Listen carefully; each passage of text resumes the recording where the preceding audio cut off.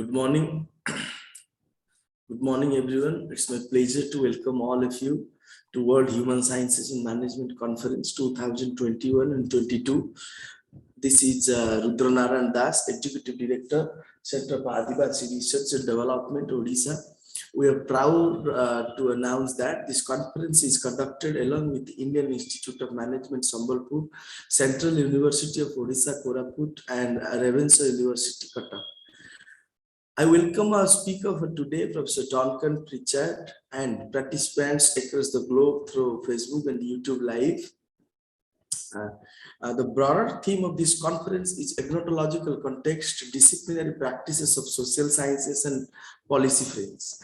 On behalf of Center for ADIVASI Research and Development, I extend my profound gratitude to Professor Sanjay Kumar Naik, respected Vice Chancellor, Ravenshaw University, Professor Mahadev Jaiswal, Director, Indian Institute of Management, and Professor Sarath Kumar Palita, Vice Chancellor, Central University of Odisha.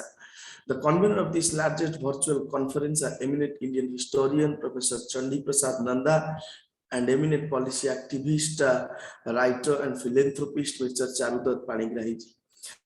Dear friends, the main outcome of this conference is to come up with national and international framework for education system in future.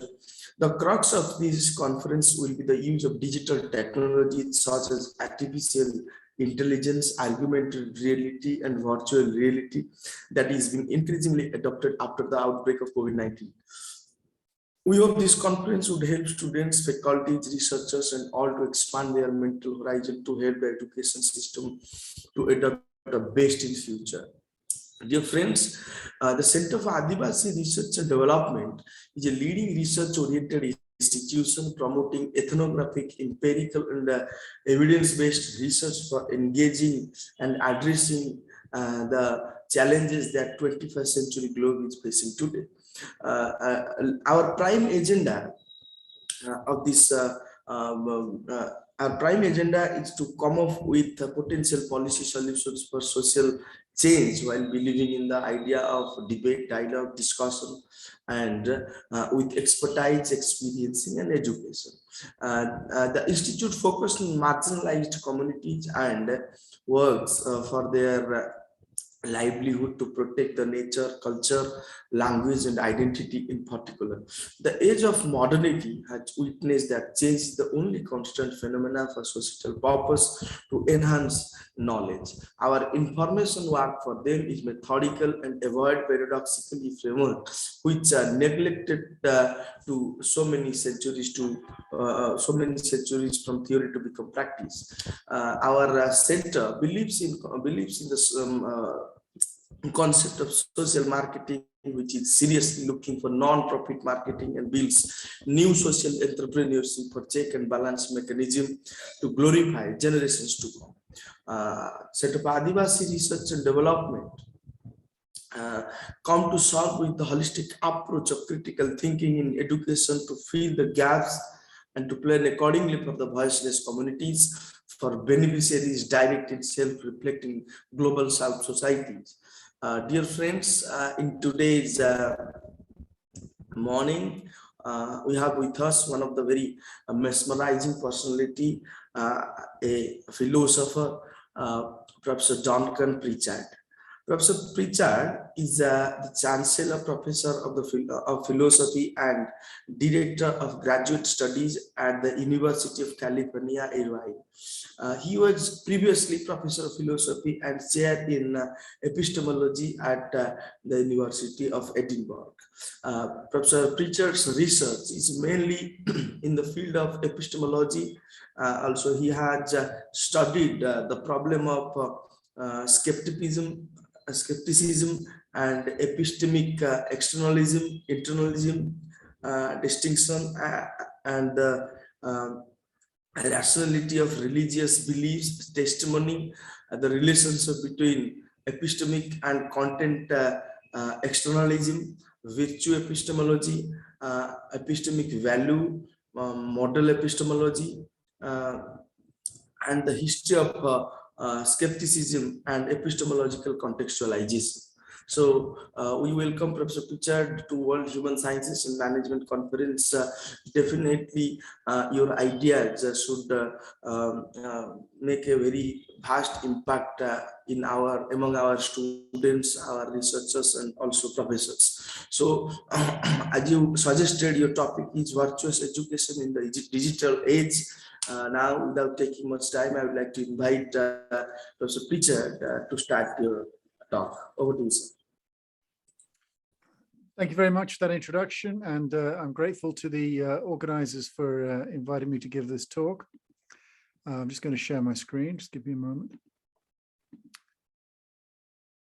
Sorry. It's visible, sir. Thank you.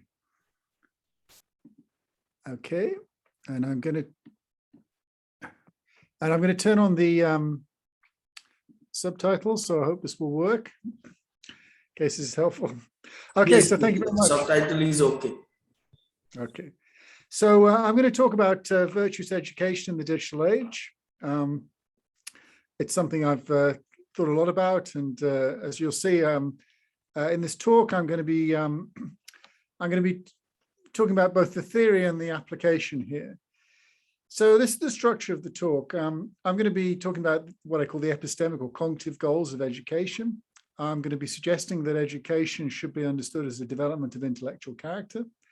And by that, I mean the cultivation of the intellectual virtues, and I will explain what that means. I'm going to talk about two theoretical implications of this, which I think are very important in the modern age. Disagreement and how we deal with disagreements, I think something which is tremendously important in these social media infused times. And I'm also going to talk about the challenge to education posed by technology, in particular, what I was referring to as extended cognition, and in particular neuromedia, which is a type of extended cognition. So that's the theory side of the talk, and then I'm going to conclude with an application side of the talk. I want to look at three case studies that I've been involved in. One is in concern with extended cognitive processes in special needs education. The second is concerned with a prison education initiative that I worked with. And then the final one is a project I'm involved in right now, which is a curriculum project. And as we'll see, these examples will illustrate the points I want to make about educating the intellectual virtues in the digital age. Okay, so let's start with the theory then. Education serves many goals: social, practical, moral. There are all kinds of goals to education, but at least one of these goals, and I would argue the most fundamental goal, is epistemic. We want our students to become good inquirers, we want to know useful information, we want them to reason well, and so forth. And in fact, this is arguably, I say, the most fundamental goal for the following reason. I mean, think about like the political goal of education, or one political goal of education. We want in a democratic society, we want to teach our students to be good citizens, to them to be informed citizens who can make informed judgments, contribute to the political process, and so forth. But that kind of goal only makes sense if you also have informed citizens. And informed citizens, oh, that's an epistemic goal, right? We need to give them knowledge, we need to give them facts, we need to teach our students how to reason and so forth. And I think most goals of education, if not all of them, are like this. They may be not epistemic goals, but we can only make sense of them if there's also an epistemic goal in place. And this is the sense in which the epistemic goal of education is fundamental. And that raises the question, well, given that there is this epistemic goal of education, well, what is it? What's the overarching conception of it? And I want to suggest that at its most fundamental level, that overarching goal is the development of intellectual character. In the specific sense of the subject's integrated set of intellectual virtues. Now, I'm going to be saying more about what I mean by the intellectual virtues in a moment, but very roughly, these are admirable intellectual character traits. Traits like curiosity, intellectual humility, integrity, intellectual tenacity, and so forth. I think the way to think about this is think of wise people, people that we admire from an intellectual point of view. These are the kinds of traits that those sorts of people have. And I think ultimately what we want to do in education is develop these traits. So our other epistemic goals, giving students knowledge, skills, and so forth, they're secondary to this overarching goal to develop the intellectual character of the subject. I think we can see the plausibility of this idea by considering the alternatives. I mean, suppose you thought, well, the epistemic goal of education is just to give people true beliefs or knowledge or skills of a certain kind. If you follow that idea, that line of reasoning through, though, then it seems clear that we could develop people's knowledge, their true beliefs, their skills, and so on, in ways which, from an educational point of view, are highly problematic. Indeed, I mean, for a long time, rote learning was very common in educational practice, but we don't do rote learning anymore. But if all we care about is people regurgitating facts, then really rote learning is the way to go. And in fact, we might want to even go further than that. I mean, maybe the way to get people to learn a bunch of facts may be, to threaten them, to cajole them or whatever. That's not how we think of a good educational practice as being, though. We want students to develop themselves, to be autonomous, to think for themselves and so on.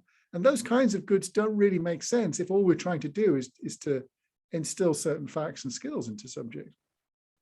And as we'll see later on, when we talk about the role of technology in the digital age here, and extended cognition in particular, this issue, I think, looms large in terms of contemporary discussions of education.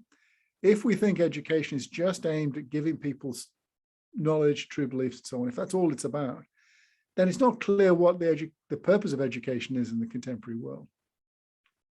And I think other conceptions of intellectual character, right, not states like true belief, knowledge, and so on, but character, such as, just we might say, well, maybe it's not about the virtues, maybe it's just about developing critical thinking skills or something like that. I think they're also lacking in crucial respects, and I'll explain why by talking a bit about how I understand the intellectual virtues. Okay, so the intellectual virtues, I'm going to focus on a tradition which goes back to Aristotle, which has been very influential. I should note from the off, though, that you get versions of this in just about every part of the world. There are wisdom traditions in every part of the world. So, for example, over in China, you have a Confucian tradition, which also talks about, has ideas very similar to the virtues and so on. So I'm going to give you an Aristotelian account of the virtues, which is a very developed position, and as I say, very influential. But different cultures, I think, have their own version of this virtues framework, and the details change, but the main structure is the same. One crucial component to the intellectual virtues is they have a distinctive motivational state. They're guided by a love of the truth, a desire for accuracy, an avoidance of error. This is very important because a lot of skills, including cognitive skills, can be manifested in ways that don't require one to have that motivational state. You can imagine a lawyer in a courtroom. They're manifesting their critical thinking skills to a great degree, very impressive perhaps, but they may be completely unconcerned about the truth. Maybe all they want to do is win the case, win an argument. The virtues, the intellectual virtues aren't like that. What makes someone intellectually virtuous is precisely that they are motivated by a concern for the truth. The intellectual virtues, we're not born with them. We're not born with any of the virtues. Some of our skills, of course, we are born with, some of our perceptual skills and so on. Some of our skills are acquired naturally, just as we grow up. But the intellectual virtues aren't like that. We have to acquire them. And indeed, they're the kinds of skills that can be lost too. So some skills, once you acquire them, you can't lose them, or they're not easily lost. Like riding a bicycle. Once you know how to ride a bicycle, you can thereafter do it, you don't have to relearn it afterwards. You don't lose that kind of skill usually. But the virtues aren't like that. One has to cultivate them. It's a lifelong project of cultivating them. If you don't cultivate them, then they're lost. They're also acquired in a distinctive fashion. Primarily, they're acquired, in the most simplest case, they're acquired through the emulation of exemplars. So ideally, what we want is to have virtuous people surrounding the students who they can use as exemplars, and that's how they learn. They're taught to emulate people who have these traits, and that's how they learn to have them themselves. They can also do it through emulating, figures from history. I mean, you think a lot of teaching is carried out through this medium. We give our students developed character profiles of people that we feel that they should admire, Martin Luther King or Confucius or what have you. And so what we're doing there is we're giving them exemplars to emulate, and we're saying these are people to emulate. It's also important that the virtues become habitual. right? This is what Aristotle referred to as habituation. So it's kind of like the ethical gym, as it were, or the intellectual gym. One has to train up one's virtues, and that means that you have to make it so that they become automatic, right? So that the muscle, the intellectual muscles, as it were, are strong enough that you can, as it were, do it without much effort when called upon to do so. You can be virtuous when required, just because it's required. So the intellectual virtues, they're reflective in their acquisition. You have to reflect and monitor your performance and so on. But if you've mastered them, then in their manifestation, they may be unreflective, they may be automatic, because they've become habituated. What is it to master the virtues? Well, they lie between two vices, a vice of excess and a vice of deficiency. So think about the intellectual virtue of being curious. The vice of deficiency is lacking curiosity, being incurious. The vice of excess would be someone who's overly curious, someone who asks pointless questions, engages in lines of inquiry which don't serve any purpose. So there's a vice of excess and a vice of deficiency. The virtue lies between it. And the wise person is someone who has the practical wisdom to navigate between those two vices. This is what Aristotle called the golden mean. They have the practical wisdom to know what curiosity demands of them on this occasion. The intellectual virtues have a special kind of value, what the Greeks called eudaimonia, which is a kind of flourishing. They help us to be the best kind of people that we can be, essentially. So, what is the good life? According to Aristotle, the good life is a life, the virtuous life. It's the life that the wise person lives, who has these virtues, the intellectual virtues, but also the other virtues as well, the moral virtues, the practical virtues. That concerns the intellectual virtues. But the idea is that they're the kinds of traits, character traits, enable a human being to flourish. Related to this, they promote certain goods, epistemic autonomy, that is, the ability to think for oneself, to take ownership of one's beliefs and one's opinions and so forth. Related to that, they're involved in active knowing. The virtuous person isn't merely someone who passively experiences the world or passively receives what they're taught. The virtuous person interrogates the world, they investigate, they come to conclusions, they think things through for themselves. They're active knowers, not passive knowers. And related again to this, they're geared towards understanding. That's what they seek. You can gain knowledge passively just by believing the word of another person, but understanding requires seeing how everything fits together, working it out for oneself. And that's what the intellectually virtuous person is driven towards doing. The intellectual virtues are essentially integrated with one another and with the other virtues. You can't develop one intellectual virtue in isolation. To develop one aspect of your character is thereby to develop your character as a whole. And so, to develop any one intellectual virtue is to develop yourself as a person.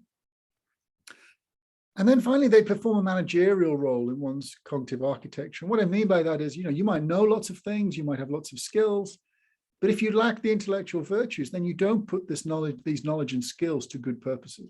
I'm sure we all know people who are very clever. They have a sort of innate God-given abilities and so forth, God-given knowledge. They're very smart, good memories and so on.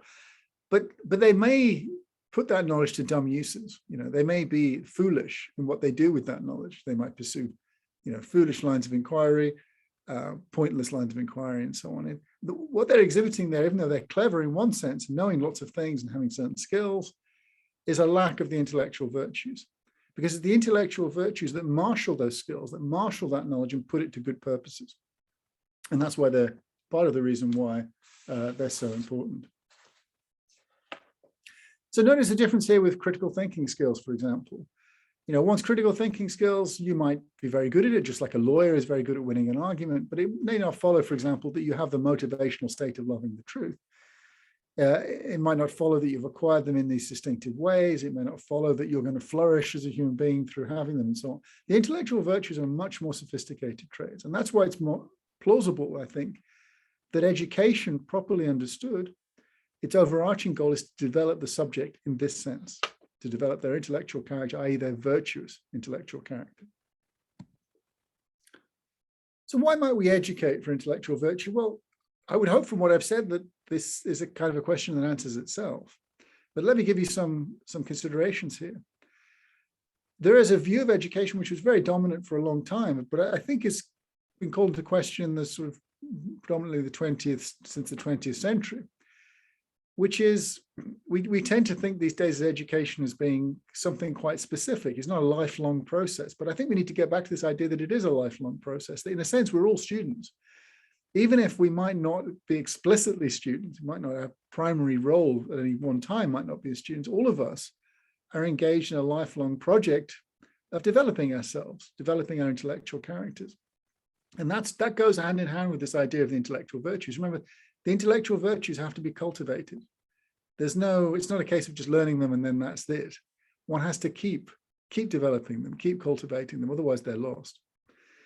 And I think that's the right way to think about education. There may be periods in our life where education becomes our focus, but all of our life is devoted to education. All of our life is devoted to development of our characters, including our intellectual characters.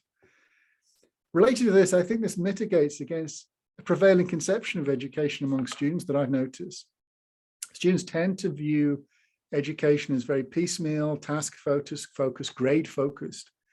It's unrelated to their wider personal development. And I think this is something we need to combat, to get students to see that education, yes, we want them to learn specific things, but we also want them to use that to develop themselves more generally as people.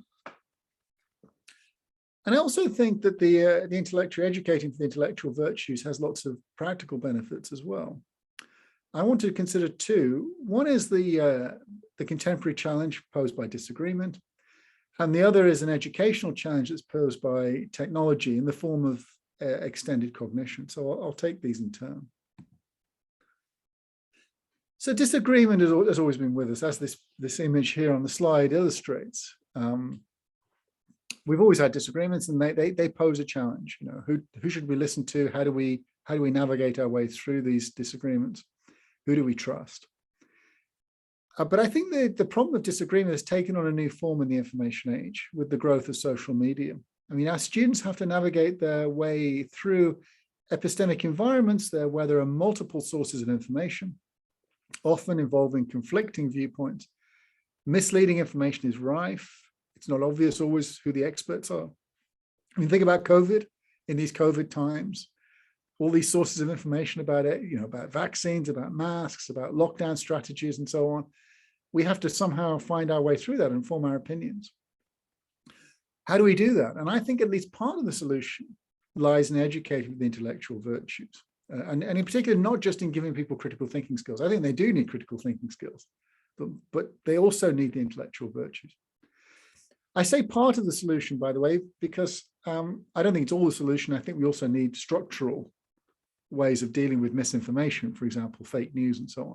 But it can't all be put on the individual. But insofar as we're talking about the individual, I think the individual can combat and cope with this challenge by being intellectually virtuous. So consider the intellectual virtues in action, what they would mean in the context of dealing with disagreements. So remember, the intellectual virtues are concerned with a concern for the truth, right? They're not about winning an argument. It seems to me a lot of what goes wrong in debates on social media is that people forget this point. They are concerned with winning an argument. They forget about the truth. Being intellectually virtuous, I think, brings the truth back into play, the truth as a value. Intellectual imagination, the willingness to explore different and opposing viewpoints. Aristotle famously said that it was emblematic of a sophisticated mind, that one was able to keep two opposing points of view in play in one's mind at the same time. And that's right. That's part of what it is to be a sophisticated inquirer, that you can take seriously other people's points of view and come to understand them and think them through. That's a virtue. Being intellectually conscientious, arguing with integrity. So we're not trying to misrepresent our opponent. I mean, this goes back to the winning the argument point as opposed to caring for the truth. We have to argue with integrity means, not trying to hoodwink our opponent, but trying to understand them, having an honest engagement with them. Again, in social media debates tend to lack this feature. Intellectual humility, showing genuine respect for others and their opinions. I think these two things go hand in hand. Intellectual humility is partly a recognition of one's own fallibility, a recognition one might be wrong, so not to be too dogmatic. But I think this all goes together with a lack of arrogance. To lack arrogance, to be humble, is to have respect for others, to listen to others, to care what others have to say, to want to explore their opinions, even if you may think they're wrong. You may still have something to learn from them.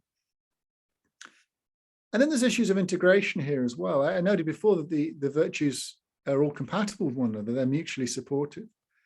And I think learning about the intellectual virtues is important to recognize in this, because we may think that some of these traits are in opposition to each other. So, for example, I think a lot of students I find think that intellectual humility is in tension with having conviction. So they think, having conviction is an important value, but they think to have conviction means, as it were, to not listen to other people, right? That's what it is to have conviction. Don't listen to people who disagree with you. Shout them down. That's how you show you have conviction. But that's not what we want as a virtue. Intellectual tenacity, the kind of tenacity that's involved in having conviction, can be compatible with being humble.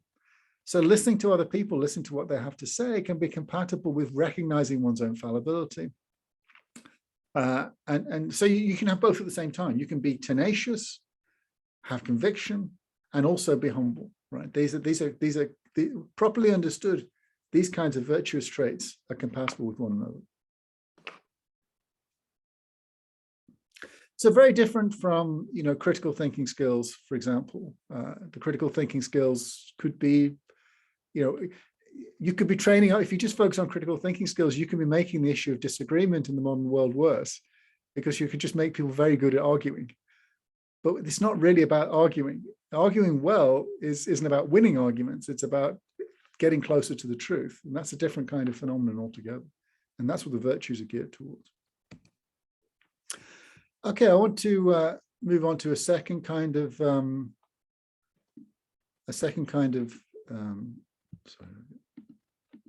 issue, which is extended cognition. So extended cognition, this is a very important program in the cognitive sciences. It occurs when technology becomes so integrated with one's cognitive processes that it becomes part of the process. So normally when we use instruments, the instrument is kind of external to us. It's just, there's us and our processes, and then there's the instrument that we use in service of those processes.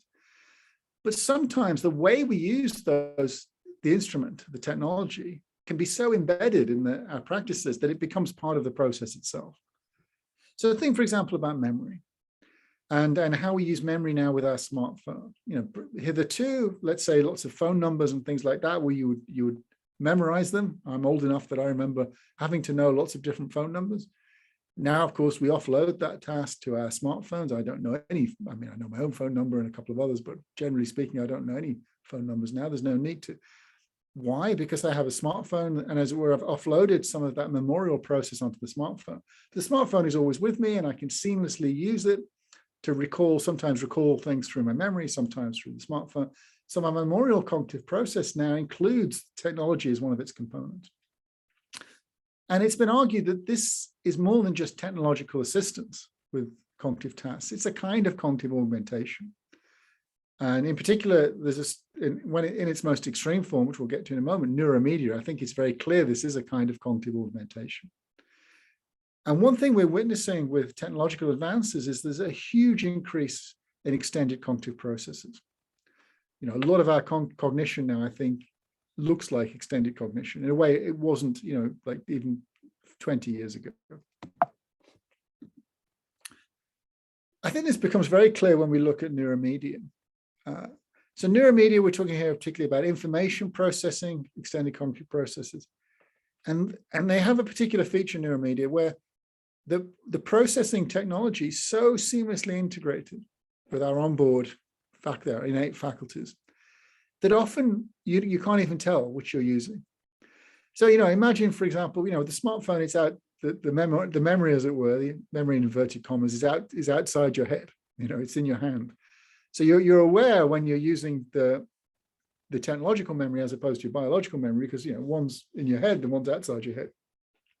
But imagine our future world where we have The memory, as it were, is like a chip and it's inserted into your head. And so you don't know. Sometimes you're using your biological memory, sometimes you're using your technological memory. And it could be that the way in which you access each of them is such that it's not immediately obvious which of them you're employing. Now, this is a bit science fiction, but many people think this is very much on the horizon. The idea of wearable tech is all about trying to make technology as seamless as possible in terms of how it's integrated. So what we want to do is to have the technology such that there's no longer any relationship of subject to instrument, but that it actually should feel, when you use the technology, just like you're using your memory or your eyesight or whatever of your onboard cognitive processes. So neuromedia would be a kind of extended cognition, which would have all kinds of ramifications, I think, for how we think. And it also has ramifications for how we understand education. And here's the issue. Remember I said before, you might think, well, maybe the epistemic goals of education is just to give us knowledge and skills. It's not to develop the intellectual character. But if you think that's what education is, then I think you're going to have a problem with extended cognition, and especially with neuromedia. After all, there will be a future world not that far away where if that's what you think education is, there'd be no point in educating people. You just engineer them. Rather than educate our students, we just engineer them, put the right chips in or what have you into their brains such that they have the knowledge and the capacities we want them to have. And so, some people say this, well, maybe in the future we won't need education. But I think that kind of view is predicated on an implausible conception of what education is and what its epistemic goals are. In particular, the idea that we can, as it were, engineer our way out of education isn't at all plausible if we think education is, as I've suggested, is about educating for the intellectual virtues and therefore for virtuous intellectual character. I mean, there are a bunch of reasons why this is so. Let me just list a few of them. I mean, the overarching reason is that, the idea of an extended cognitive character, i.e. a cognitive character that involves these neuromedia and these extended processes, that only makes sense if there's some aspect of our cognitive character that isn't extended, right? That isn't technologically facilitated. And it's that aspect of our cognitive character is where the intellectual virtues are operative. For example, they play a managerial role, as I've noted in our cognitive economy. That makes them very different to ordinary skills. The ordinary skills can get offloaded, but the managerial stuff is the stuff which is as it were, is in the part that isn't being technologically offloaded. That's the part of the cognitive subject which is managing these skills. Some of them offloaded technology, some not. There's the motivational state too. When you offload these cognitive skills, well, you obviously thereby disengage them from a motivational state. The technology doesn't have motivations. It's we that have motivations. But the virtues, of course, are essentially tied to motivations. That reminds us they're not the kinds of things that can be offloaded to technology. They can't be disengaged from the motivations. And then finally, they're essentially active and reflective in the virtues in their manifestation and acquisition. And again, this makes them different to ordinary skills. Ordinary skills can be offloaded because they're not like this. We understand them, as it were, kind of instrumentally. As long as they, or functionally, as long as they perform a certain function, then that's fine. It doesn't really matter how they're acquired, how they're manifested, as long as they do the job. But the intellectual virtues aren't like that. They're essentially reflective and active. And that means that it involves us as a knowing subject and not as a technological subject being behind those intellectual virtues. So the upshot is that extended cognition doesn't pose a challenge for education if we think of education the right kind of way, as being geared towards the intellectual development of intellectual character, rather than just simply being about giving us knowledge and skills. That, if it were that, then we could offload it to technology. But the educational task can't be offloaded to technology if it's about the intellectual virtues, as I've suggested. Okay, so now I want to talk about the applications. And I'm going to be talking about 3 applications. They're all projects that I've been involved in. And they all involve, in fact, all projects that involve collaborations between the humanities and the social sciences, particularly education, to some extent, sociology and psychology. So the first project I want to consider is concerned with extended cognition and special needs education. This project, this is back when I was working in Scotland, was involved a school, a special needs school in Scotland. And it was the project involved myself and a bunch of social scientists. And what we were interested in is the way that technology is employed in special needs education. This is interesting because special needs education involves highly technologically embedded contexts, because you have students with very special needs, and often the technology is being employed as a way to facilitate cognitive development on the part who have the special needs. And this interested us because A, it looks to us like this is an educational context where extended cognition is occurring, and this is one thing we're exploring. But two, B, we're also interested in this because it seems to us that education in the future, ordinary, normal education, non-special needs education, mainstream education, will likely be even more heavily technologically embedded than it is now. So looking at special needs education, which is already highly technologically embedded, gives us a foretaste of what education, mainstream education, might be like in 5 to 10 years' time. So to that end, we were looking at the sort of technology they use in special needs education. It's what's called assistive technology. And we were specifically interested in kinds of assistive technology which are like extended cognition, that is information processing technology. So obviously one kind of technology that special needs students use is things like, for example, wheelchairs. A wheelchair is a kind of technology, but it's not information processing. We're more interested in the information processing. So for example, technology that's used for help communication, for help understanding, like Braille readers and things like that. We noticed a number of interesting things about the technology, which confirmed the fact that it was properly understood was a kind of extended cognition. The relationship between the student and the assistive technology was more than just subject and instrument. In fact, the educational goal, the quite explicit educational goal, when new technology was being introduced to the student, was about making it seamless. Right. In this case study, we have a number of case studies that we looked at here, but case studies involved students and educators working together to find, when they had new technology they had to use, to find the technology that could be as seamlessly incorporated as possible. Because what they're trying to do effectively is find a kind of extended cognition. And they want something which isn't just an instrument, but something which can be seamlessly part of their own cognitive processes. Moreover, it was interesting here that the educators weren't simply they weren't just simply giving students technology and letting them get on with mastering it. Rather, they would work with them to help them master it and give them the skills to master it themselves, right? And I think this is very interesting because what they're trying to do is develop their intellectual character. So for example, something educational theorists talk about is what's called productive struggle. You don't make things too easy for students. You make them easy in some respects. That's what the educationalists call scaffolding. So you are playing a facilitating role to help the student master the technology, but you're not doing all the work for them. You're leaving an element of productive struggle on the part of the student, and there's a reason for that. It enables the student to learn to develop their own character, right? To develop their own autonomy, and that's crucial to their development. But what, of course, you're doing there is developing their intellectual character. So even in the context of extended cognitive processes being in play, we've also got this focus on developing the character of the subject, and we would suggest it's the intellectual character there, it's the intellectual virtues that are being developed. This kind of research is very relevant to our understanding of disability. I'm sure many of you are aware we've, in the last generation of research on this, we've moved away from an individualistic model of disability, where disability is understood, sometimes called the medical model, where disability is just understood in terms of the subject, towards what's called a social model, where you look at it in terms of a relationship between the subject and the environment, in particular a kind of mismatch between their abilities and the environment. Construing assistive technology as extended cognition has I think, very important, feeds into that model in quite important ways. I mean, the environment now isn't just the physical and social environment, but it's also the technological environment.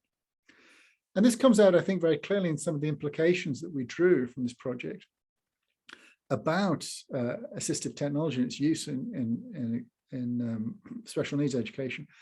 For example, that assistive technology should be employed in assessments. That makes sense. If you think that the technology is part of cognitive character of the subject, well, then when it would be crazy to assess a student independently of the technology, right? The technology is part of cognitively who they are. Allowing students to keep the assistive technology outside school. Again, we would think that it would be very odd to not let someone, you don't give someone a wheelchair in hospital, and then when they go to leave the hospital, take it off them. They still need it, right? But it's the same with the assistive technology that's performing this cognitive role. If we generally see this as a kind of cognitive augmentation, then it's not something that is just for inside the classroom. It's something which is augmenting them as a whole, right? It's part of who they are. They should be able to take it home with them. Very importantly, already we saw the teachers were arguing for this, but getting pushback from the councils and so forth, for obvious reasons, for cost reasons. But you can see where the rationale is coming from on this view. It is more than just an instrument. It's an extended cognitive process. Another implication that we drew is the importance of training teachers to cognitively integrate the assistive technology. They're doing this anyway, but we should make this an explicit part of the teacher training here, because that's clearly what's at issue. It isn't just simply giving students technology or indeed it's part of the educational process to help the student cognitively integrate the technology to both employ scaffolding, as I said, but also to facilitate productive struggle on the part of the student, so that they can develop their intellectual character. And this leads to our overarching conclusion, which is that integrating assistive technology goes hand in hand with cultivating virtuous intellectual character. They're not separable. We might have thought antecedently that when we cognitively augment a subject through extended cognition, assistive technology here, that as it were, we're kind of restricting the educational project, but it's not. The educational project continues regardless, right? Because the educational project isn't just about giving people skills and knowledge and so forth. It's about developing them cognitively. So developing their intellectual character. So looking ahead, insofar as mainstream education starts to involve neuromedia and extended cognitive processes, we would expect to see the same thing there. We'd expect to see education continuing. Its focus stays the same. It's just now a technologically enabled focus. The second project I want to look at is I call it philosophy in prisons. It's a prison education project. It's philosophy in a very broad sense, but the philosophy actually is kind of incidental to the project. This is a project I ran again back in Scotland, which had huge effects. Actually, it's now a wholesale change in Scottish prison education was enacted as a result of this project. So it's quite an exciting project. I should say as well, by the way, the artwork you see on the PowerPoint there, this is actually a painting of a cell door, which was done by one of the prisoners involved in the project. So the idea was to use a kind of methodology for teaching called COPI, Community of Philosophical Inquiry. It's a very interesting methodology. As I say, the word philosophy is in there, but in a sense, it's very general. It's not really about teaching anything in particular, but rather teaching people how to think. So it's not about teaching people certain subject matter, not about teaching them certain facts or anything like that. It's just about giving them certain skills, putting them in a sort of dialogical context where they can develop certain skills, where they can think about thinking. They can think about reasoning and develop their own critical thinking as a result. It's very interesting. It involves, the whole project of it involves stripping away everything extraneous in discussion and targeting on people's reasons. And you can do this in fun ways. I mean, it sounds very abstract when you put it like that, but it involves lots of very fun techniques to stimulate discussion so that the students start to think about thinking, start to think about reasoning. They start to think about what it is to think. It's a kind of style of teaching. You can use it any students at any level, but it's used a lot for young children, actually. And one of the reasons why it's very useful for young children and also very useful for prisoners is that it doesn't presuppose any factual knowledge on the part of the subject. In fact, you don't need to be able to read and write. And this is very important in a prison context because, of course, prisoners often have very problematic educational backgrounds. Many of the prisoners we were dealing with, they were illiterate and innumerate. they may have left education very, very early on, and educational difficulties of various kinds. But none of that matters for COPE, because COPE isn't about teaching any particular subject matter. So, and you know, they don't need to read anything or anything like that. So it's very attractive as a methodology in a prison context. And indeed, in Scotland anyway, until quite recently, there wasn't much prison education at all. So a project like this was very innovative. Part of the reason why it's difficult to have prison education programs is because prisons have such a wide variety of educational backgrounds. But if you can bring in a project like this, doesn't presuppose anything about the educational background of the prisoner, well then, you know, it has a lot of scope for expanding it across the system, which is in fact what we've done. So the way we set this up is there were prison educators already in the prisons. So we worked with those educators because they already have the relationship with the prisoners, which is very important. We educated them in the COPE method, and then we designed a syllabus for them to follow. And then we monitor the outcomes. And in particular, we were looking at the prisons at different stages in the development. This is myself and social scientists I was working with, looking at the development and trying to track that development. Right? And what we found was quite remarkable. Huge effect in terms of developing of their cognitive skills. But what was interesting is that it's more than just their cognitive skills. I mean, one thing I've argued in print is that what we're doing with the COPE method, in fact, is developing intellectual virtue in a very direct way. It's a bit of a misnomer to say that it's philosophy. That's why I worry about calling it philosophy in prisons, because we're not teaching them any philosophy as such, but we are teaching them how to be intellectually virtuous. So, you know, traits such as, you know, curiosity, intellectual concern for others, a respect for accuracy and the truth, intellectual self-respect, these were all developed by this project, and we could monitor that as the project went on. I mean, you found it, we would set problems for the students, for prisoners at different stages. And, you know, early on, we would find they would, you know, they didn't even formulate solutions to the problems, they certainly didn't collaborate and so on. By the end, they were very inventive in terms of their problem-solving approach. They were collaborative, very good at understanding other people's proposals, communicating their proposals to others and so on. So crucial to collaboration. So we saw a huge effect there. And what we were seeing was that it wasn't just they had these skills, but they also had the motivational states that go with it.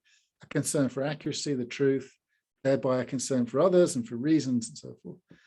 And this showed, I think, that what we're developing isn't just skills, it's more specifically their intellectual virtues and thereby their intellectual character. And as I say, this has had a huge effect. The program has been rolled out across prisoners across the system. And, you know, we saw the prisoners themselves, they had a huge effect on them. The educators saw effects not just within the class, but also in other classroom contexts and so forth. So it shows the utility of educating for intellectual virtue in a very pure form. And then the final project I want to mention is a curriculum project. This is something I'm engaged in now at the University of California, Irvine. It's called the Ante to Virtues. This is our logo here on the PowerPoint. Peter the Anteater, that's a mascot of the university. That's why they're called the Anteater Virtues. And this is the first of its kind. There have been projects involved in developing intellectual virtues, obviously, in educational context, but this is the first of its kind to actually do this at a university level and to embed this project right at the heart of the university curriculum.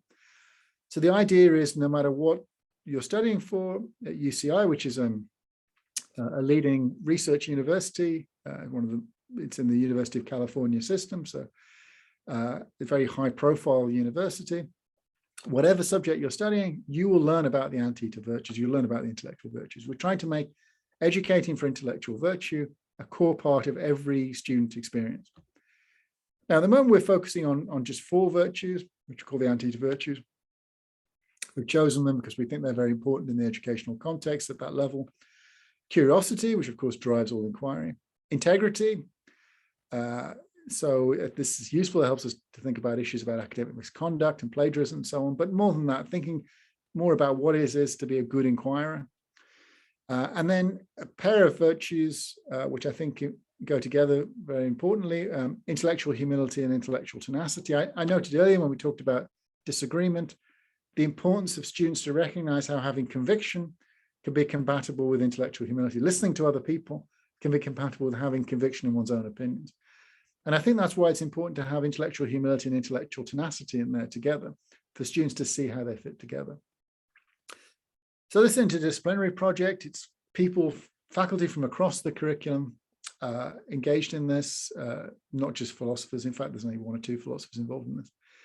And it's a suite of modules which incorporate lots of different disciplinary perspectives. So for example, there'll be a module on curiosity. Let's say you might have myself talking about curiosity from an Aristotelian point of view. You might have an historian talking about how curiosity drives their own inquiry. You might have a chemist, let's say, talking about Marie Curie as an exemplar of a curious individual, from history. You may have someone talking about curiosity as it appears in other cultural traditions, let's say, in a Confucian tradition or something like that. So we have these range of disciplinary perspectives. And the idea is the students can they learn in class the usual things for their major, but they're also learning at the same time how to think about learning, how to think about their learning in the context of the development of intellectual character.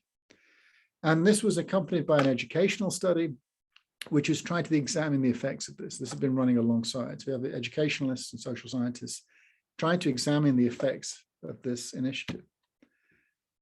And we got some really good results. The pilot studies can finish. We're on a further study now, and there'll be even bigger study will start next year. We had various surveys that students had to do. We were also cross-referencing these results against a very sophisticated and comprehensive data set that we have at UCI.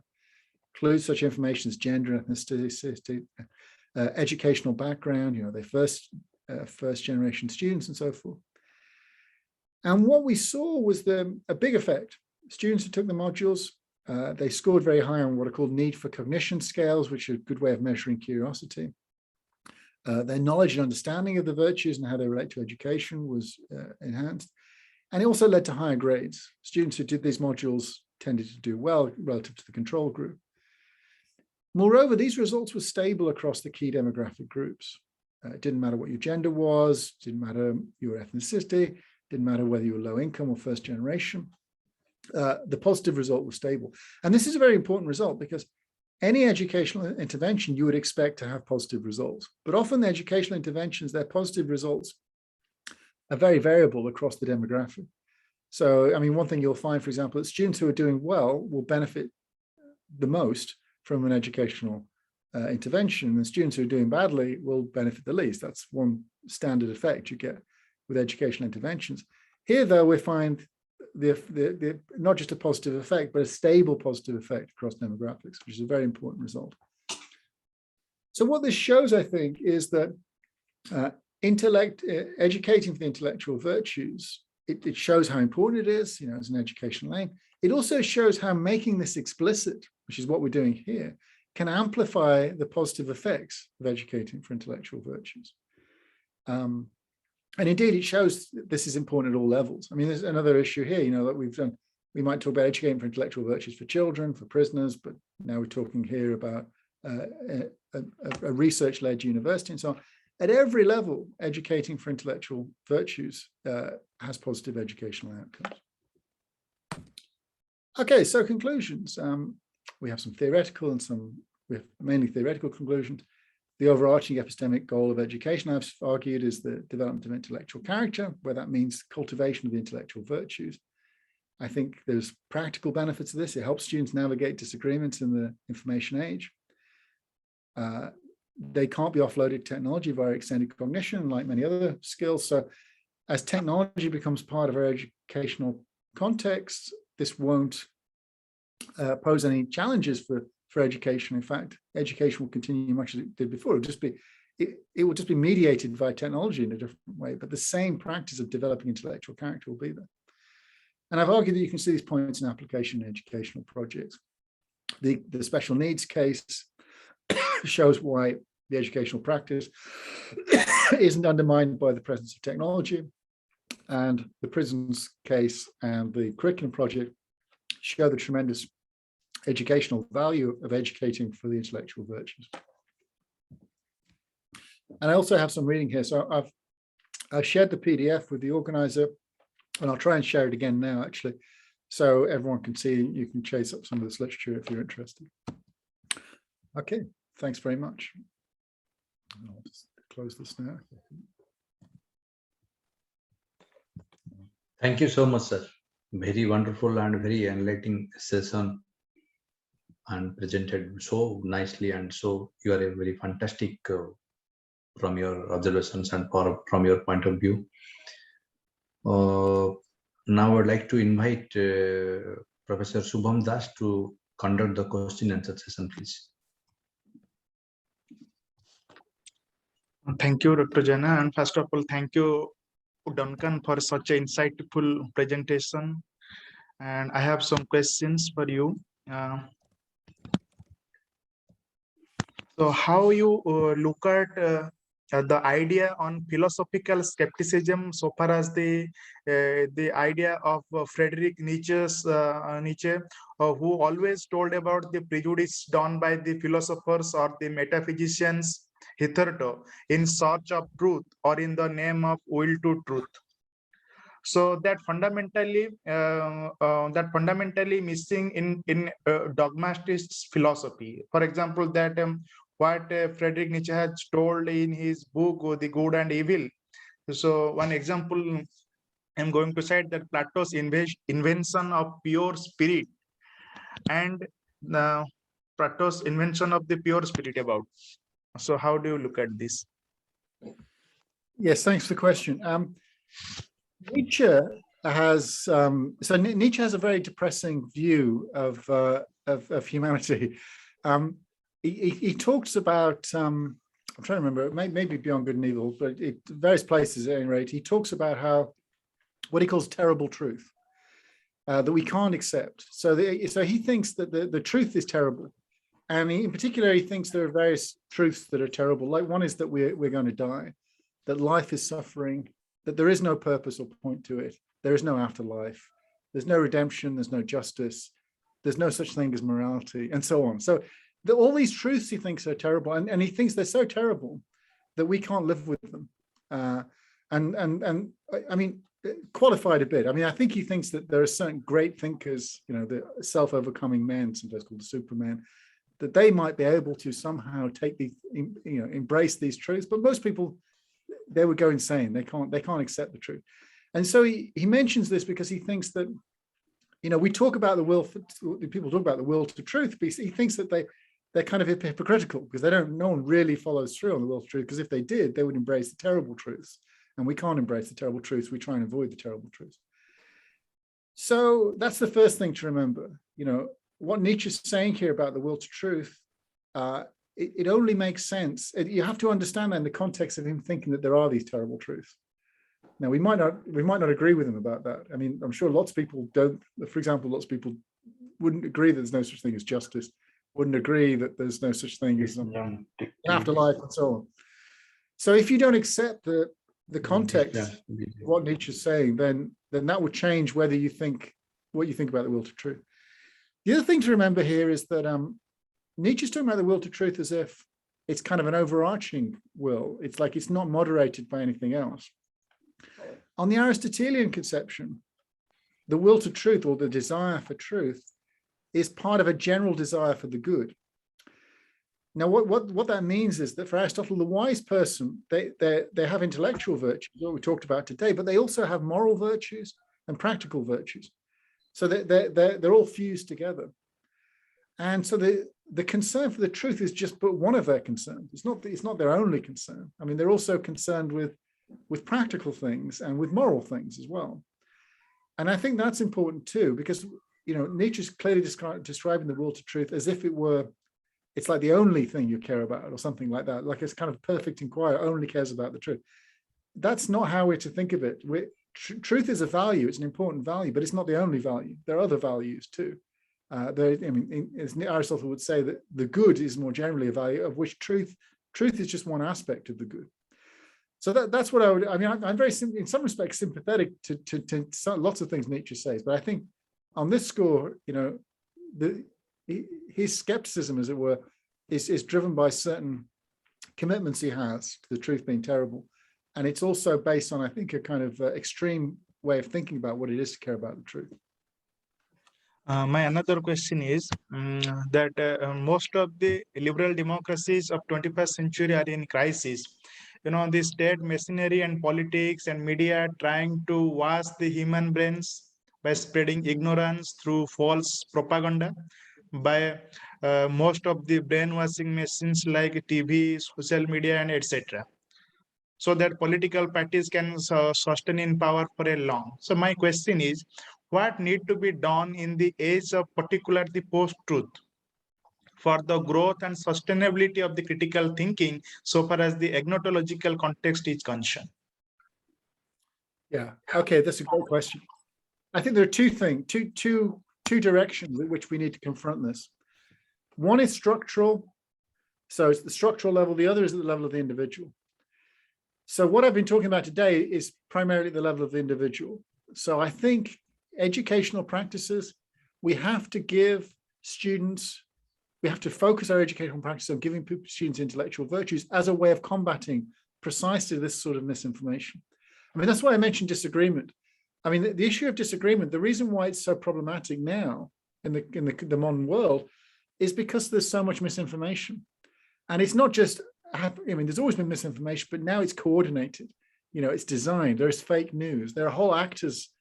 There are false actors, as it were, involved in the debate. Their sole purpose is to confuse people, to misinform, and so on. So part of the solution involves, I think, at the level of the individual, educating for intellectual virtues, giving people the skills to be able to think for themselves.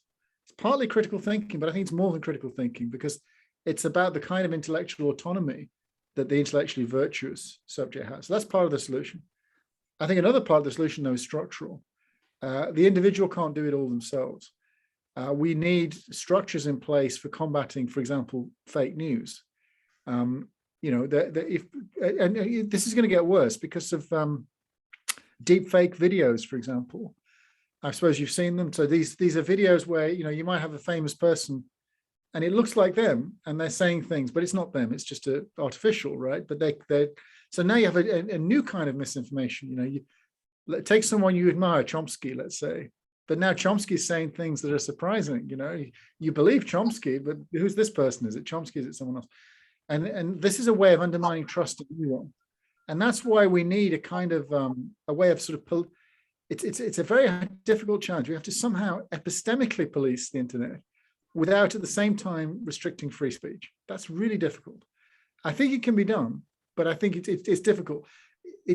We have to, as it were, have purely epistemic norms for policing the internet, norms which aren't about morality or anything like that, but simply about, as it were, keeping the epistemic pollution of misinformation down to a minimum. And I think that's what we need. We need the structures that have to be in place. And it's going to be very difficult to do that. And in particular, it's going to be very difficult to do that. It doesn't restrict free speech, but we have to do it in a way that doesn't restrict. You know, the idea is you should be able to say offensive things. In a sense, like if you believe offensive things, you should be able to say them. But what we want to stop is not so much that, but people who don't believe anything, but they want to deceive other people. It's the second thing that we need to clamp down on. It's very tricky, but that's what we have to do. So structural solution and an individual solution. The individual solution is the virtues. The structural solution, which is trickier, is a way of kind of policing the epistemic environment. Thank you. Thank you very much for answering my questions. Over to Dr. Jaina. Yeah. Thank you, Shubham Das. Thank you, Sam. Thank you, sir. So very enlightening and very wonderful session. Now I'll discuss few questions with you. Although this entire global dialogue is mapping minds, without question, this mapping mind series is, I think, unbelievable. I gone through your piece of books, fantastic written books by you, one after another, and quite young age, you probably delivered 6 books for the global arena of knowledge world and what you call it, knowledge industry. Some of your books really ignited my mind to ask few questions. In your book, Epistemological Disjunctivism, Seeing That P and Knowing That P, you rightly mentioned in a chapter, and then Radical Skepticism, one of the most important chapters you written, and I gone through it properly. What I understand a little bit, because I am not a philosophical expert like you, Actonological ignorance and epistemological violence. These are quote unquote two very important words in terms of the academic arena is concerned. Always, even lacking, spreading illusion of knowing or unknowingly working for corporates. Your ideas on arguments about it, sir. Oh, sorry. Sorry, I missed. What was the question? Sorry. Epistemological violence and actonological contest or actonological compulsions. It's maybe always tricky to the invites illusion world. We are knowingly or unknowingly working for the corporate people. What is your idea on it, sir? Yeah, so I take it how to know things are real. Is that what you're getting at? So yeah, you know, we're in, it's tricky. So I mean, this is a problem. It has a contemporary formulation, but it goes right back to the ancients. In fact, the very birth of philosophical thought in all cultures starts off with that question, really: how to know what's real, and what about that makes it real. What is it about your relationship to it that makes it knowledge? I mean, you go back to the ancients, for example. They noticed that, you know, the way things seem is not the way things are necessarily. You put a stick in water and it appears bent. You know, they're fascinated by this. We know the stick is straight. When it goes in the water, it's bent. So the way things seem and the way things are, they're very interesting in other cultures. People seem to perceive the very same thing differently and so on. And then you fast forward to the modern age. You know, we have scientific developments which make us realize just how extensive the way we perceive the world and the way the world is, you know, how very different it is. You know, we perceive the world as colored. The world isn't colored, right? We perceive it as colored and so on. This is the early modern period. The early modern period, of course, you have microscopes and telescopes, and now you know, there's a world way above beyond what we can see. There's a world way within what we can feel and touch around us and so forth. So it is a big problem. I don't think there's an easy answer. We need a certain kind of skepticism is one way of resolving this issue. So one thing you might do, and every culture manifests this, you might think, well, maybe we don't know anything. Maybe we think we know things, but we don't know things. And so every generation, as it were, every philosophical revolution involves reaffirming how it is that we come to know things. I mean, I don't know. I've written whole books on this. I don't know. I don't know how to consider and give a summary. But I mean, I suppose if I was going to summarize it, what I would say is that, you know, there are certain ways of doubt, manners of doubt, which are virtuous. You know, we shouldn't be gullible. We shouldn't just believe what we're told. We should critically evaluate what we're told, and we should interrogate what we're told, and we should, you know, think it and you know, subject it to inspection. But just as the virtues lie between two vices, there is a kind of a vice of excessive skepticism.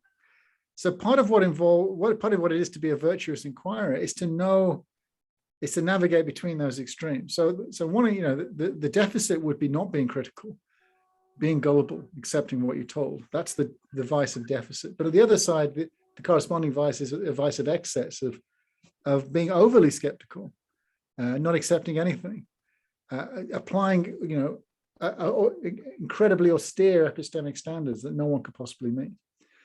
What we need to do, and what the virtuous inquirer does, is they find a way to navigate between those two extremes. And this is what I call a virtuous skepticism. That's what we need, a virtuous skepticism. It's a kind of intellectual humility. It's to realize our limitations and the limitations of us as knowers, but to do so in a sense which doesn't preclude us from knowing anything. That doesn't take us down this radical skeptical route. And that's the short answer. But I mean, there's a long answer. As I say, I've written my most recent book. I've written a whole book about this because I think it's a big problem.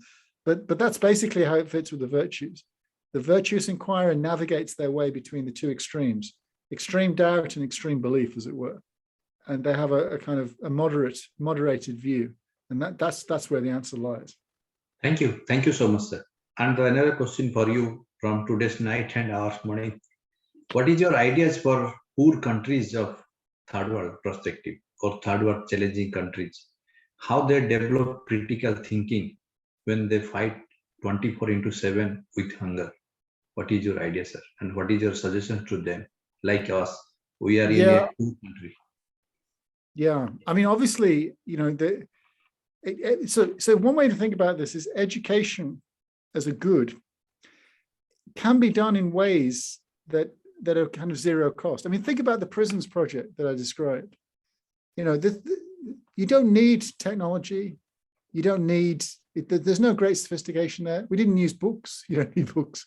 I mean, books are useful. I mean, technology is useful, but the educational project is something which can be embedded into any context. And I think you find this. I mean, I'm sure any society you go into, you'll find good educators, and whatever tools they have available to them, even if they have no tools available to them, they're still finding, education finds a route. And I think one thing I'm trying to get across is this idea that education, it can be institutionalized, and it can be, made easier with technology and so on. But the actual, it's hard. Education is something that we're all doing all the time. It's part of the human experience, part of the human condition, is to constantly be learning and developing ourselves, and thereby developing other people, those around us, and so on. So I think, education has to be understood in that context. It's a value, it's a good, it's at the heart of the human condition, the heart of the human experience. We shouldn't tie it too much to like particular technology or particular institutional ways of doing and so on. It's more general than that. So, sure, if one is hungry, then education is going to be difficult. That's clearly a barrier to anything one wants to achieve. But a lack of access to technology, for example, I don't think is a barrier. And the viewpoint on which it is, I think, is the wrong way to think about education. Education is properly understood, is available to everyone at all times. Thank you, sir. What is the actual meaning and purpose of education?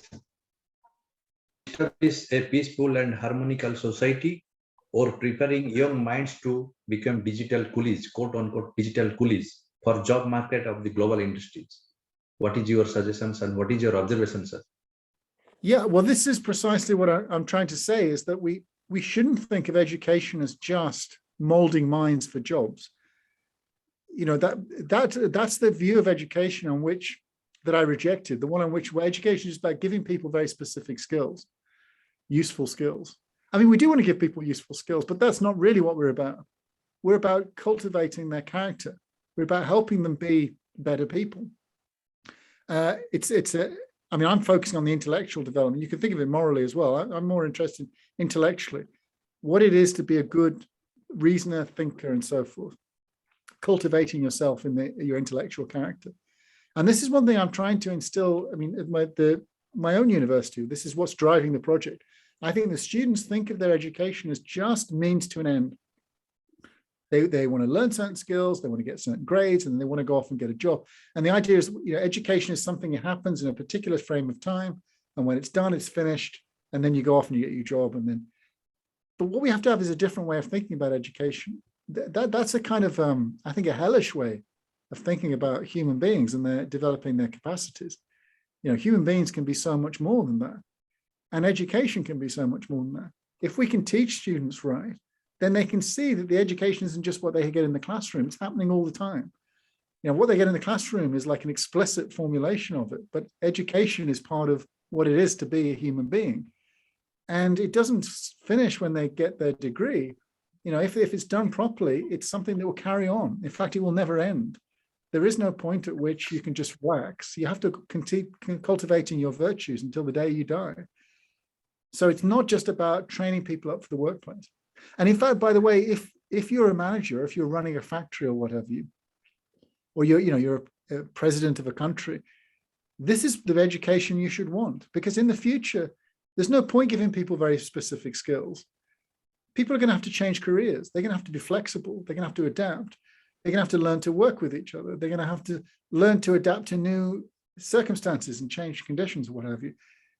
What we want, even from an economic point of view, what we want are virtuous learners, people who can collaborate with each other. We can have disagreements reasonably so without descending into violence. People who can deal with changed circumstances, people who are flexible. So even if you, not that I don't think of these things in economic terms, but even if you think of them in economic terms, seems to me you should still want this model of education. A workforce that's just trained for very specific jobs is a recipe for disaster. Thank you, sir. Thank you so much. And this is my last question for you, sir. We are wasting much of your time. Sir, what we taught in classrooms, really that was not working in life journey. In maximum numbers of textbook, orientation is very failure kind of things. Many universities and many school and colleges, many institutions, what they teach, what they read, it's really bullshit, what I feel personally. Because nothing to mean for my life is concerned, in my career is concerned. And the second part of question is this, is that, sir, what is your ideas for virtual education's future, for the intellectual planet, what you talked about intellectuality? Beyond ICT, information, communication, and technology, the Kranti itself called revolution. The ICT revolution and liberalization, privatization, and globalization is imposed. These two things always, invites rather the garibi, bhukmari, and bimari kind of thing, or the mainstreaming of these buzzwords. Mainstreaming. When you try to think seriously about the tribals or Adivasis or marginalized communities, we want to mainstreaming. Mainstreaming itself a very problematic word for them. Why we don't, and why we think push to them for mainstreaming? Rather, we should think seriously and think for them as what they actual are, what they actual mean for, what kind of society we are driven throughout the marketing agendas and marketing policies and concern. As a fine philosopher of the globe, you can answer a little bit in a brief, sir, please. Yes, good point. In fact, my answer to the first question relates to the second. So let me start with that. A lot of what we learn isn't useful. Yeah. And I think what's really important is to realize that this is what I've been trying to get at today, that the educational project done well, it's not about learning specific, you might learn specific things that may be useful, maybe not useful. What's important is about the development of character. And development of character is always useful. So you may learn specific things and then maybe you'll never get to use them. But if the education is done well, you've developed in learning these things, you've developed as a person intellectually. And then when whatever challenges you face, which may be very different to the things that you learned, you have the capacities then to deal with them. I mean, think about this. Think about something like intellectual humility, which I think is a really important trait. To learn not to be arrogant, not to be dogmatic, but to be humble, to recognize one's failings, to be open to correction, to listen to others, to listen to other people's ideas, to take them on board, not just to shut them down and so on. This is something, when you're learning arithmetic or you're learning, engineering or whatever, if it's done well, you'll also learn by dealing with exemplars, you'll learn how to be intellectually humble. Maybe your professor is someone who has these traits and you admire them and you see, oh, this is a good way to be, and you become more like them. Then when you go off in your life, maybe you won't use the arithmetic, maybe you won't use the calculus, maybe you won't use the engineering, but the intellectual humility, that will stay with you and that will be useful to you, whatever you do. So this is why it's really important to think education. It does lead to skills and knowledge and so on, but that's really not ultimately what it's about. It's about developing you as a person, your intellectual capacities. And those capacities, that character, that will always be valuable, right? The skills may or may not be valuable. The knowledge may or may not be valuable. The development of character is always valuable. Now, this, I think, speaks to the second issue, like some of the topics you were talking about there, a kind of education that is just simply geared towards churning out people with specific skills and so on. That's a very reductive way of thinking about human beings. It's a very reductive way of thinking about education. I think it's something that we should resist. We should think of education as development of character, and we're not just churning people out. I mean, I mentioned mainstream in the talk, but I mentioned it merely as a contrast to special needs education, which is special needs education. It has a different, I mean, this is just in the UK, it differs from country to country how things are done. But in the UK, special needs education is done separately from mainstream education, just for cost reasons. In America, for example, where I am now, it's not done like that. So it's just an incidental fact about the UK. But I wasn't suggesting that mainstream in the sense that, we should homogenize education. In fact, quite the opposite. Education properly done is bespoke. That is, I mean, that's what the good educator does. They gear their practices to that specific individual. And I think that's very important. I mean, we may have, societal structures which want to develop specific skills for specific people. But ultimately, if what we're about is developing character, then that can only be done really one-to-one ultimately. Like the teacher interacts with the student, the teacher gets to understand the student, where they're coming from, where they're going. Education in its most powerful form is precisely that, the teacher developing, on a one-to-one basis, the intellectual character of the subject by being sensitive to them as an individual. So that's the way I think of it. So the model I think I'm trying to offer it speaks to precisely the concerns that you're raising. Thank you, sir. Thank you so much. Before I would like to invite Professor Rudhunaran Das to go for a formal vote of thanks. Sir, my sincere request you to just accept our invitation. And you are now the full-time advisor of this prestigious center called Center for Adivasi Research and Development. Looking forward for future engagements and time to time your advice and your suggestion to grooming the education system and how to do the best possible concern in our country, particularly in India, how to morally and philosophically and fundamentally we can help this marginalized community. Please, sir, accept our advisorship and time to time give us advice. Thank you, sir. Thank you so much. And I would like to invite Rudhunaran Das to go for formal vote of thanks as well. Thanks so If much. you want to, sir, say a few words, you can allow, sir, please. Well, thanks very much for inviting me. I'm delighted to be here. Okay, sir. Thank you so much, Dr. Jena, for inviting me for closing the session with a few words. I would like to thank everyone to help me this conference together.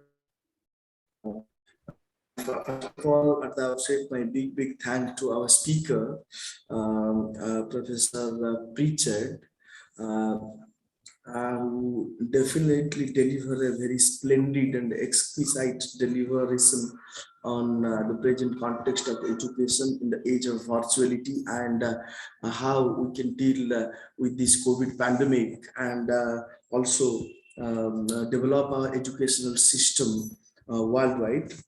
Sir, we belong from a state of culture, from the country of culture. And as Dr. Jena said little before that, we have 24% tribal population in our country, and especially in Odisha, in our state, we have 62 kind of tribal, 62 kind of tribal peoples are living here. And we as an organization are trying to develop their critical thinking and bring them to the mainstream society and making them creative and making them a very splendid leadership capacity to this 21st century. And education is a very important aspect to develop their minds. So as Dr. Jena is said that we also want your help and cooperation to improve their livelihood, improve their critical understanding and thinking towards the and make them global citizens like us. And thank you so much. You were talking about very important aspects of 21st century.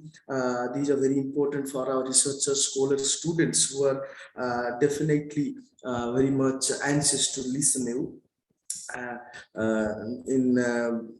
In before dates. Thank you so much, sir, for being with us from United States. And thank you very much for your contribution and time for World Human Science and Management Conference. And our center is very much happy to host you again in India. So I have to acknowledge my institutional contributions. There are Indian Institute of Management, Sambalpur, Central University of Odisha, and Ravenshaw University for their institutional support. My special thanks to our patrons, Professor Sanjay Naik, Professor Sarat Palita, Professor Mahadev Jaiswal, and convener Professor Chandil Prasad Nanda and Charudat Panigrahiji for constantly supporting us to organize this International Forum. Special mention to Dr. Vikram Kesari Jena, the Director of Center for Adivasi Research and Development, and Shubham Das for helping me to carry forward the session today. And I would like to thank all of our advisors for their support and all of our technical teams for their support, and all audience who are watching us live in Facebook and YouTube. Thank you all for joining us, and please keep sharing our lectures in Facebook and YouTube. Thank you all for watching us live, and thank you, Professor Pritchard, for being with us. Thank you. Thanks very much for having me.